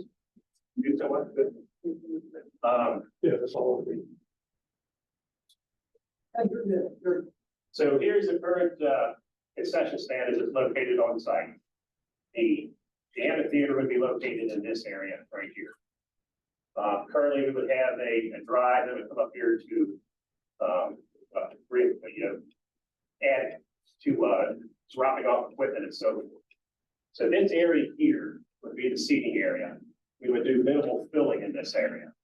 The elevation of 489 here will be the stage, and when we get back to here, it'll be 485. So it'll be a gentle slope through there, because that's the natural drainage flow through the park to the river. As another component of this, being that this will be a concentrated area, we're considering putting in an additional parking lot located in this area. Right now, we share 55 spaces. What this parking lot would do is support this with additional seating for people that cannot traverse all the way from the parking lot to the airport down here from the school to there. So some of the features that we were looking at is a seating area here. And we put an identity marker of Miami Township on there and then swings located in here. This would encroach the dog park slightly.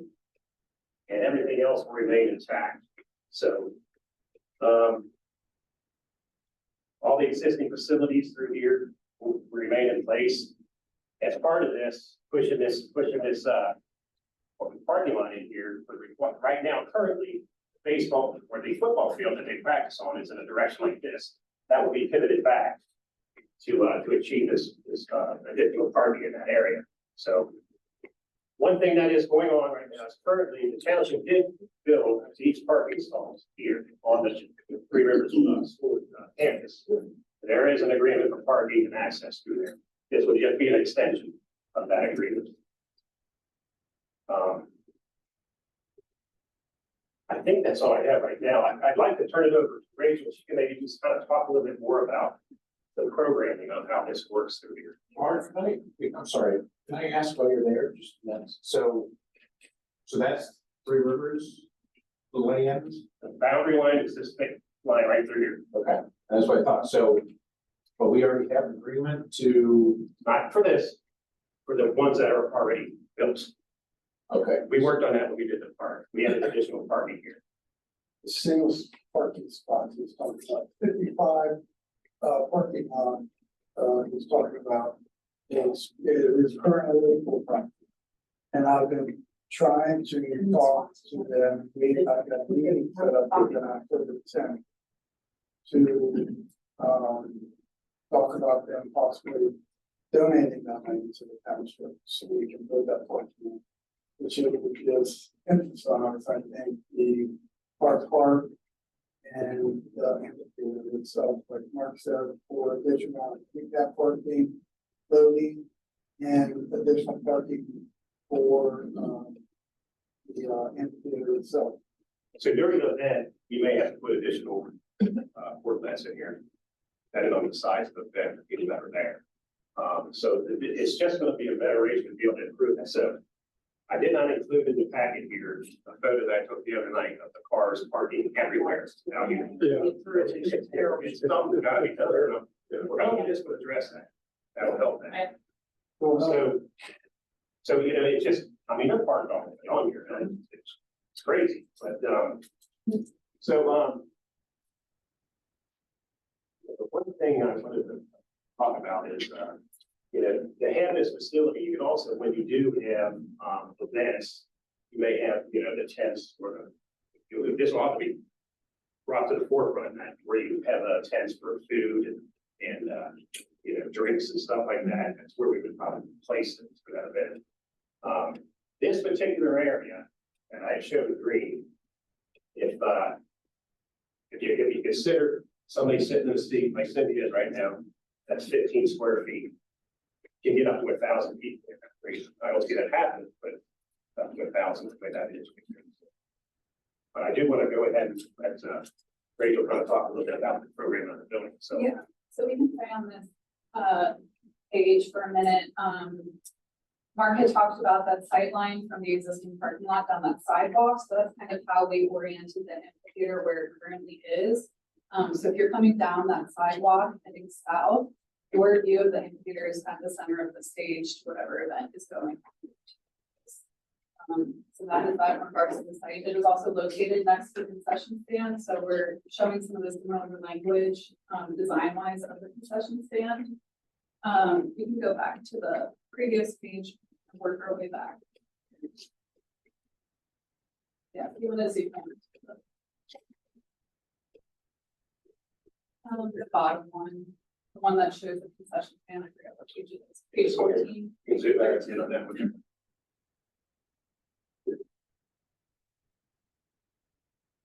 I didn't set up a PowerPoint. I just had a PDF. So, because I didn't know it was where we could do this. I didn't have to. Yeah, so these two. Will that work? Yeah. Thank you. So you'll see in concession stand, there's the existing masonry that is very decorative with all the linear detailing and the metal structure and then the floating frame or floating roof. We wanted to repeat that language with the amphitheater.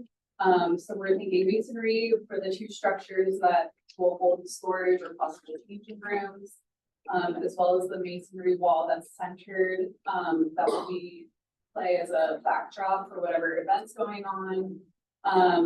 Instead of keeping the structure within those masonry walls, we kind of pulled them out to accentuate some sort of aisleways or walkway paths on the sides of the changing or storage rooms, and also at the back of the concession stand, which we don't have the view of, unfortunately. But we were thinking that some of these exterior walls would be good for, signage or storytelling, whatever we want to share with the community with this. Yeah, if we want to go back to the plans, the back couple of pages, and I'll walk through some of the different schemes.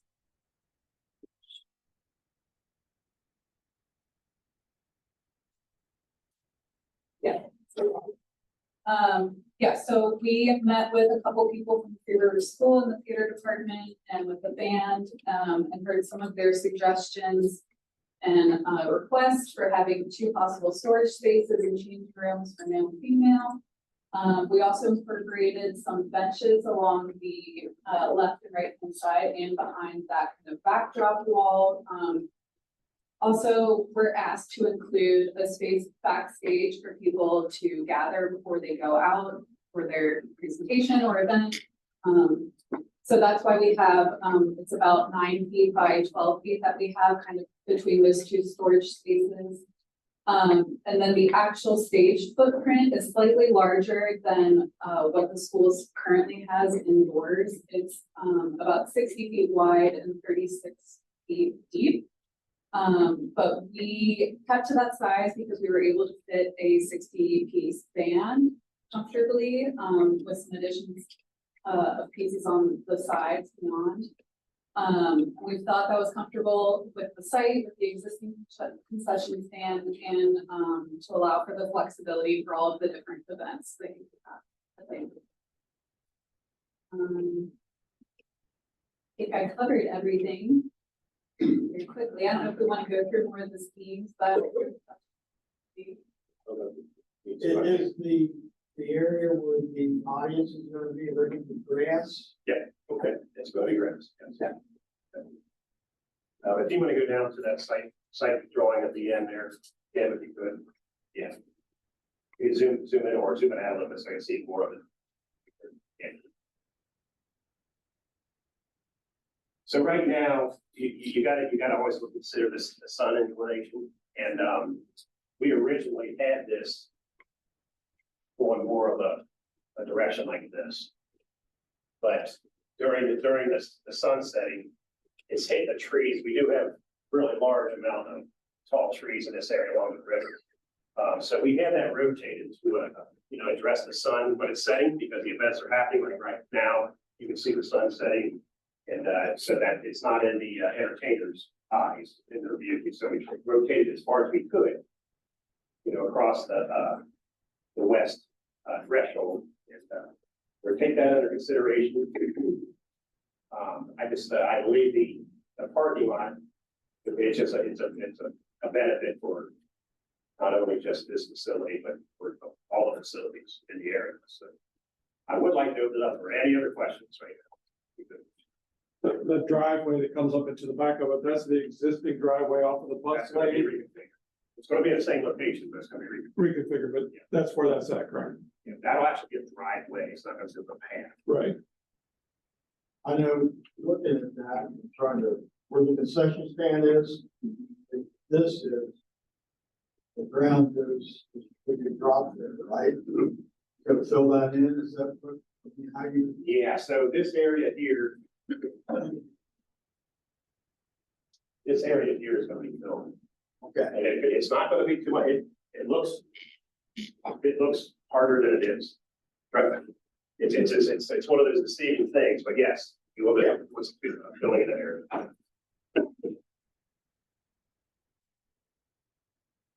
I'm gonna ask about the flooding. So, you said that 100 years at the top of the stage.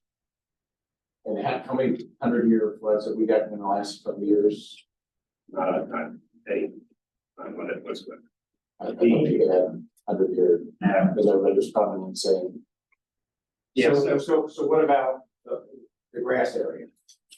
The grass area, once we do the filling in this area, probably the 10 or the 25-year flood event come up into here. Okay. Yeah, we've not had a 100-year in quite some time. The ones that we've had, it's not gonna get up to the stage. I'm not worried about this, that's stone. So Yeah, that'll be so like the state, I worry about can the grass be swamped and with all the debris and everything that comes in with all the flooding from the. Yeah, So There's been any consideration of like an astroturf there, like they do it like Riverbend, the fake grass that goes in, because they put like the rubber pellets and sand there, because that gets flooded every year. It floods all the way through the back of the stage up into the pavilion. And then when it goes past the pavilion up into the lawn, that's a permeable Yeah. fake grass. you can do that, it's a cost. Right, I'm just saying, that's consideration. How much of the golf park will be eliminated? Also, if I were to guess, it's gonna be maybe 10%, 15% of those. Yeah. You're gonna bring in, you said ornaments, so you're not gonna have water in the pavilion? Yeah, borderlands would be for, if it's a sizable event. So you're gonna have water in, No, pavilion? no, our thought was with the existing concession stands, with the existing restrooms there, that people would use those if it's a smaller event. Yeah. Still using ones that are there.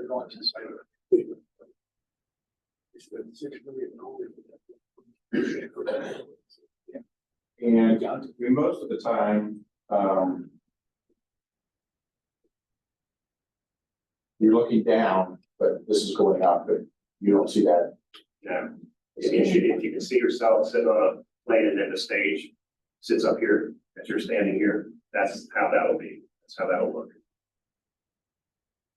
So what's it gonna cost? Don't have a number yet. Presenting it to get more feedback and information. I like spectators. And somewhat like the concessions. Blend in, that's pretty impressive.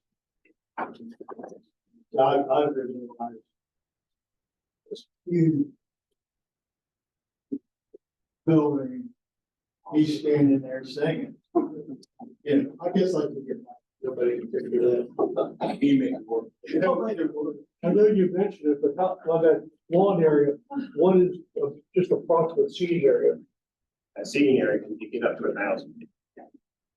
That's if everybody sees it poorly without the plans. So it's not gonna be a event.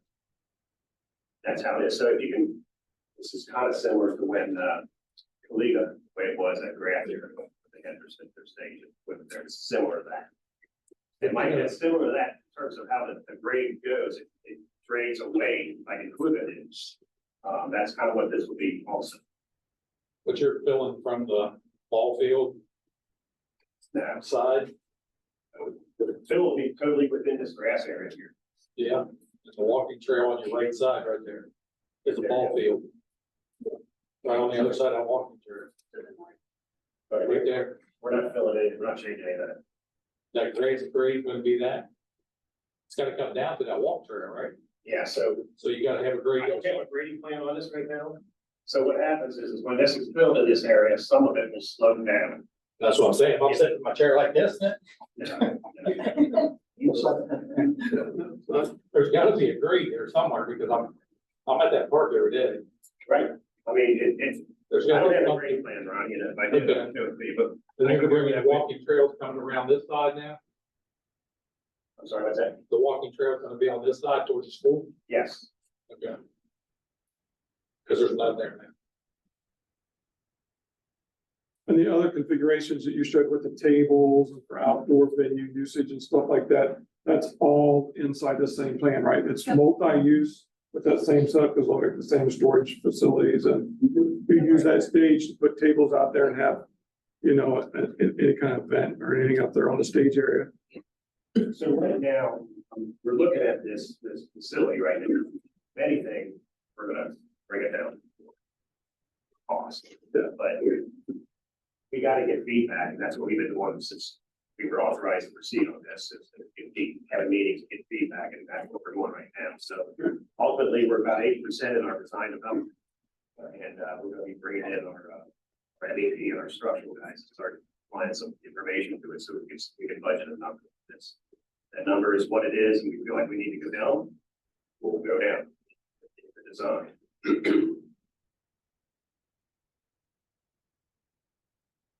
All right, any other questions? My general, comment is that I like Lawrenceburg a little bit just because of, I think whatever you guys end up doing, make sure that it has that nice Lawrenceburg, script on the top. It doesn't have to be that, but something to make it very recognized. We are, and this piece. It's a stand. Have it on yours.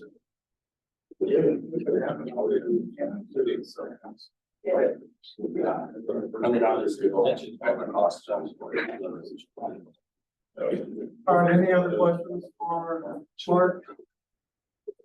Mark? I appreciate your time. Thank you, Mark. Thank you.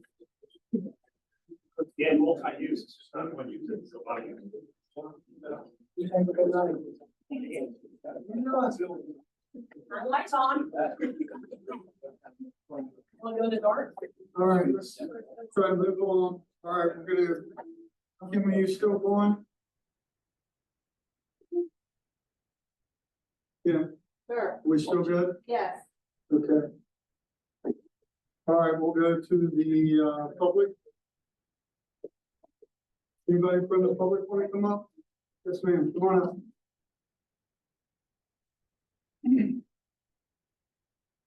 Start you.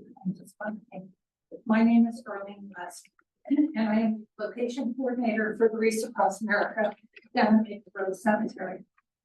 5 years ago, I went to Mr. Beck and showed him the plans that we had to honor all our veterans down Maple Grove, and we came up with 700 Reese the first year. Now we are sitting 2 months away from the event, and we only need 130 to be to complete our goal of 1,400 Reese this year. So we invite everyone on the 16th of December at noon to join us down at Maple Grove, where we will have a ceremony and then ask all of you who participated in placing the wreaths on the veterans' graves. Over the years, we've had tremendous support from all of you, from Mr. Miller in the maintenance department, who could do it without them, with the scouts who are here and everything. It's really turned into a community project. The high school has been involved. We've had the JROTC, who's finding folks coming to help with it. So I'm here mainly to thank you for the support that we've had all these years and to just give you an update. One thing that we had, and I was hoping maybe that we would put these someplace, we now have our own business card with our own QR code on the back, so that all anyone would have to do would be scan this, take them directly to our site so that we could get credit for their wreaths. I will mention that the wreath cost has gone up from $15 to $17 this year, and that is not the fault of the company that, or the organization that runs this whole thing, but it's a materials cost. Each wreath has a metal frame, it has a velvet bow, it has a flag on it. Those material costs are going to come. So this is the first price increase we've had for organization for 25 years. So we don't, this is going to impact our support in the community. But if it's all right with you, I will leave some of these or bring them down tomorrow. I also have some versions. More than anything, I want to thank all of you for your support over the years. This is the closest we've come this early, and I don't even have to come back to this year for more money. It's wonderful. Now, how many cars do you have? We can take some to the senior center, we can leave some here. I'm gonna run off more of these, so I will drop them off with you tomorrow. We have the right to go ahead and leave some of these, but I'll leave some. So do you? Take the others? That's what I was gonna bring up. Yeah, I mean, if you have, we communicate many times. So Yes. You send me graphic or flyer or any of that kind of stuff that we could promote it in our newsletter and get that out. Because this is the magic hour this year with having a QR code, people are starting to use that now, and it makes it so much easier communicating. So when's the cutoff date? Did you make each award? Like 15th of November. 15th of November? Yes, we have 2 months to work on this. The nice thing is anything that we sell above and beyond our goal is attributed to next year. So, and they are going to have that same special as soon as the event takes place on the 17th of December for 30 days. It will be, instead of buying 2 wreaths and getting 1 free, it'll buy 2 wreaths and get 3 free, which is how we got so far in this year. So we thank all of you. The big thing is we're getting tremendous support from organizations, from all of you, from a lot of the community service organizations around. What we need to do, and this is where you and I might be able to work, is individuals. Now, $34 for 3 wreaths to be able to honor 3 veterans who are buried in our cemetery. And we've been able to expand. We cover Congress Green, cover Queen Harrison's tomb, we cover Maple Grove, and we should cover this cemetery as well. So with your support, I really appreciate it. And I will. Sure. Thank you. Besides my newsletter, can we put that on the website? Yeah, if I get a video. Thank you very much. We're going to the freeway, is that right? With that, Fine, free. and in that special, That's the 30-day window. that 30-day window after the event, right now what it is if you buy 2, you get 1 free. So it's $34 for 3 or $17 a piece. Thank you. All right, anybody else from the public? Yeah. You gotta come on. We'd like to see you. Yeah, if you do. And then we talk to Harry. Their leaves ain't complete water. Okay. They're not holding the water. They said it's all on the beach. That we can put a temporary cap on the kind of part. No problem. They give it to you. So you're telling me that, that's not what they're telling us, but I will follow up with them tomorrow. And we'll get back with what he says. If that's the case, then if we own that property there, and I've talked to Shady, I've talked to Kim Nyer about putting in our own water station in where we bought the park, all that we own, until we can finally come to some kind of agreement to get them fire protection, water protection. So at least you'll be able to access fresh water that'll be close to your home daily. If please allow us to put that in, that's definitely something I'll present to the board to try to get approved. Now, they've told us in the past that they wouldn't approve that. Just so you know. You were down here, you talked to them, yeah. Yeah, is there, but I know who you're talking about because I haven't talked to him. Yeah, we talked to Harry, Rocky. They said there was a problem. Okay. You get a temporary tap, throw it on the hydrant, we get our water right there. They don't have a problem. But they will get lost of time. They have to go to the township. Because they don't give person temporary tap. Okay. I will follow up with you tomorrow and answer my call when I call you. We will talk. I called you back today. Yeah. Okay. Yeah. That's why I didn't call me yesterday. Well. It only took me 1 day to get back to you. But I called you twice, so you know. So you're talking to Wings, right? Because it sounds like you're getting pushback from Eric is administrators. supervisor of the waterworks. Yeah, but what was the older guy? Super tired guy. Ray Hall, the Hammond. Mike Ray Hall. He was, he moved up and showed us print everything. So That's wonderful. we don't have. Okay, These four slab, you lay rock. well, that's our first step, and our ultimate step, or, progress we're trying to do is get water lines on their fire protection and new one. That's the ultimate goal. Yeah, we know that's. All right, we did, but That's, but I'll touch base with you. I will contact them in the morning, touch base with you tomorrow. If you don't hear from me, call me. You got myself. Yeah. Okay. And we'll go from there. Okay. Yep. All right. All right. Anything else for the public? I'm just gonna reiterate what he said over the fact, because of lawsuits going on, please. When I talked to you, you said, there was a prosecutor was taking it. Yeah, the prosecutor looked at the agreement between Cleves and Hamilton County. Yes.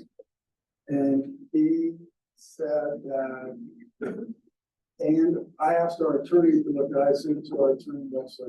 And they both said the township doesn't, I don't want to misstate, but basically they didn't have any, I guess, by law to go after pleas would have to come from the residents. Okay, so we need to get an attorney and, I'll petition, that's what they were suggesting. But they're also in the agreement, and I read through it, most of it, and that there's a mediation clause in there between Cleves and the county if they deny public access water, which is this. This is exactly what it is, but it has to be generated from, and I sent the email to Mr. Lynn. Okay, so I sent the email to him with all that in it, what I'm telling you right now. Okay, so you follow, because he's the only email address I have that's on Jordan Road. So you follow up with them, and you should be able to give you a copy of it. Okay, so I didn't know you were gonna be here tonight, I don't need a copy again. that's okay, I deal with that, that's not Okay. okay. And the other thing is, supposedly back in April, there was a letter sent to me, which I never got, about, dumping behind a big garage. I believe you sent it. And vegetation. Really unclear. Are you wanting me to cut the hill with vegetation, or are you referring to? I have to look back at the file, I mean, that was back in April, we Yes. do like I actually did a. audit once every week. Yeah, I did a request for information, but I've still not got it, but I know it's only been 2 months, so it's time consuming. But, Sure. I can't correct the problem if I don't know what the problem is. I have been cleaning the property up, moving things around, disposing items, but I need guidance on which used ones, which you are expecting to be done, which brings me to another issue. You're worried about vegetation on my hill. What about Max Scheider's property? All those high weeds down there? It's our property. Yeah, I know it's your property, but if you're sending me a request to cut my hill, what about the property down on East Miami? How can I file a nuisance ordinance against Miami Township? Well, it's basically green space. And we're trying to work on those goals. Okay, so that's what my I property am is calling calling it green space. I don't think the resident is considered. Okay, so that's my understanding. Okay. So it's okay for you, but not me. Okay, so what about the park property? Is that, Two different is definitions. that, green space also on park property? Those parks taken care of. No, a lot of park has got, vegetation all the way to the hillsides. They've got 80 acres and it's. So you're talking about Across process that street. You're talking about, County corners. Hampton County. Yeah, Hampton County corners, so, on George Road. Mitchell, oh, Commissioner Memorial, oh, okay. Yeah, that's in the county, I would assume that's green space too, also. Okay, just checking to see what the double standards are. Good. All right, thank you. Okay. All right, anybody else for the public? All right, we'll go to the board, Mr. Everson. So I spoke with, former trustee Beck, that's out there today, but we gave a brief update at the last meeting 2 weeks ago, but that was a working meeting. We didn't have many in attendance, other than regular, which appreciate you always coming and attending and being engaged. But just to give everybody an update, I had negotiated about the roundabout. Previously, we said that we were going to pause that, and I had a conversation with Dick Recker and other business and community leaders that expressed their frustration that we have been at this for 8+ years, talking about the roundabout, and that we had already moved some utility poles and whatnot, and that it was they felt like we really needed to revisit it. So I went down and met with Eric Beck, the county engineer, as well as Todd Long, the chief deputy, and negotiated that if we came up to $700,000, which I'll remind everyone, we went from 300,000 to 900,000 to $1.7 million was the expectation of what would come from the township.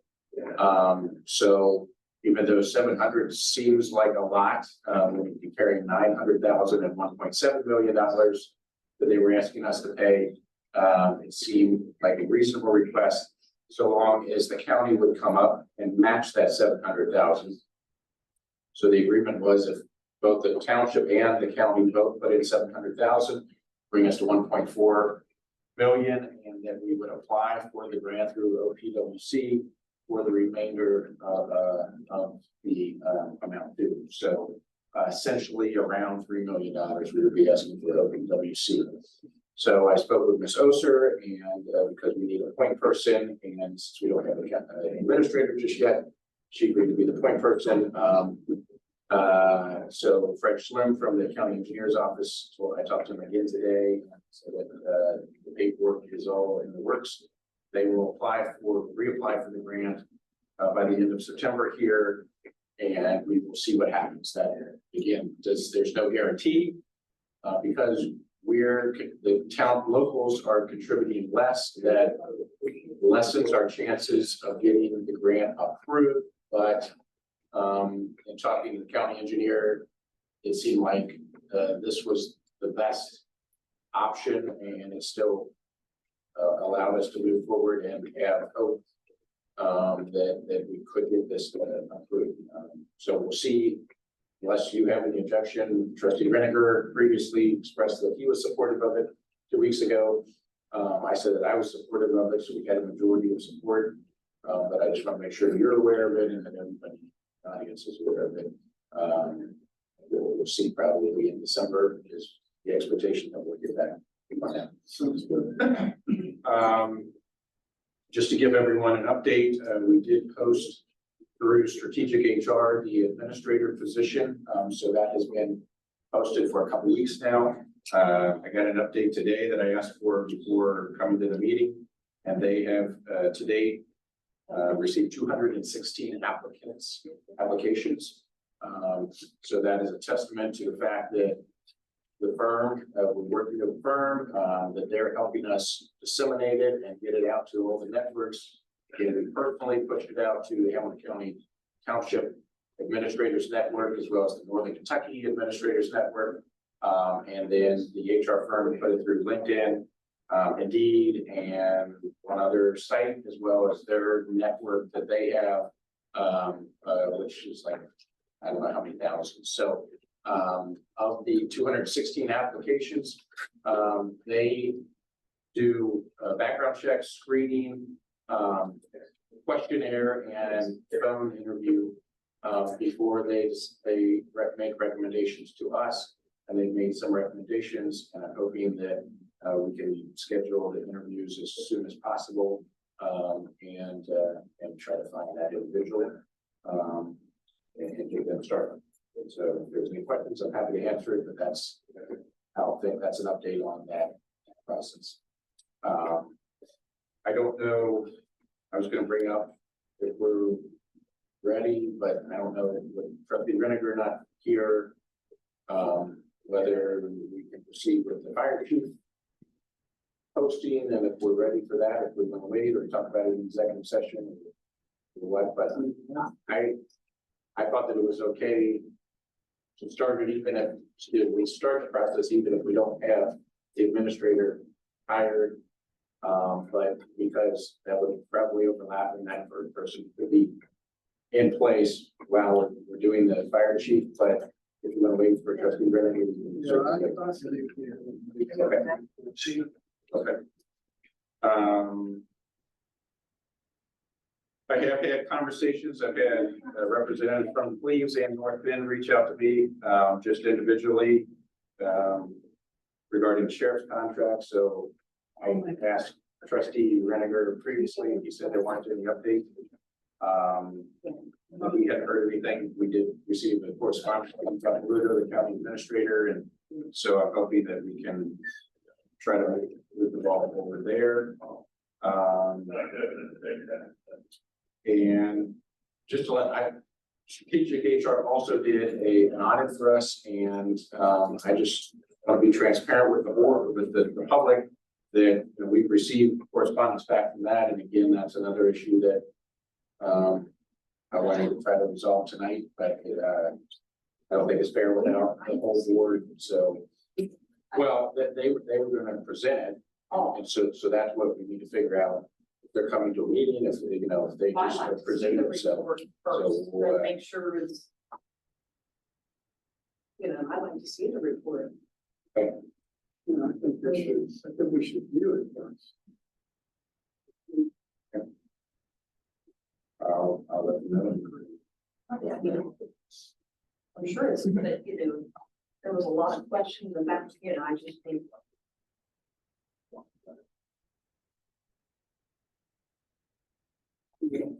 Nope. Okay. All right, Ms. Oger? I don't think anything. Just to remind residents that the garbage levy will be on in November. It's a renewal with the 0.25 increase. So. And whenever you bring that up, I always like to say that was our one and only bid that we received. It was Rumpke. So Gotta go with Rumpke. I just think that the residents advocating for or against, but letting everyone know that was the only bid we received. The money goes, we gotta have, the money comes in, the money goes out. So the township can't lose money. And the residents were really, I know we're not supposed to, and their increase over the 5 years. Correct. All right. Residents is big, they're kind of saving money they're saving money if they pay monthly on their own. It'll be a lot more. Anything else? I just got one thing. We had to put the RFQ out in Texas application to the park on East Miami River Road and Buffalo Ridge. And we've got 2 responses back, but I didn't present them tonight because we're going to talk to them about the executive session with Mr. Riverson and Mr. Reniger this year. So we'll discuss that. And that's all I have. Anything else from anybody in the public? I do have one thing, what's the update on the Whispering Farm? Oh, I'm sorry, I'll give you the update. I will give you one. We've got the technicals, I'm trying to think what the language. We got the borings back, we got the samples back, and I'm meeting with them Monday, 25th at the site to go over those. Ronnie, I sent you that text, right, to meet you there. Ronnie and I are gonna meet with Viox and Geotechnology at the site, go over the drawings and, go over the job site. So that's where we're at on that, and then we're gonna, I guess, and then move forward after that. They've got it laid out, and it's like, I think it's almost 9 months long. So, but we're headed in that right direction to get that done. But since it's been brought up, has it gotten any worse? Does anyone know, or is it holding its own? I don't think so. I'm not sure, but I'm definitely gonna ask them one day. That's one of the questions I have for them to see. So I don't know, to be honest with you. So, all right, any other questions? All right, can we get a motion to adjourn? Make a motion to adjourn. I will second. Okay, Mr. Robinson, Yes. Mr. Lane. Yes. All right. Thanks, everyone. What happened?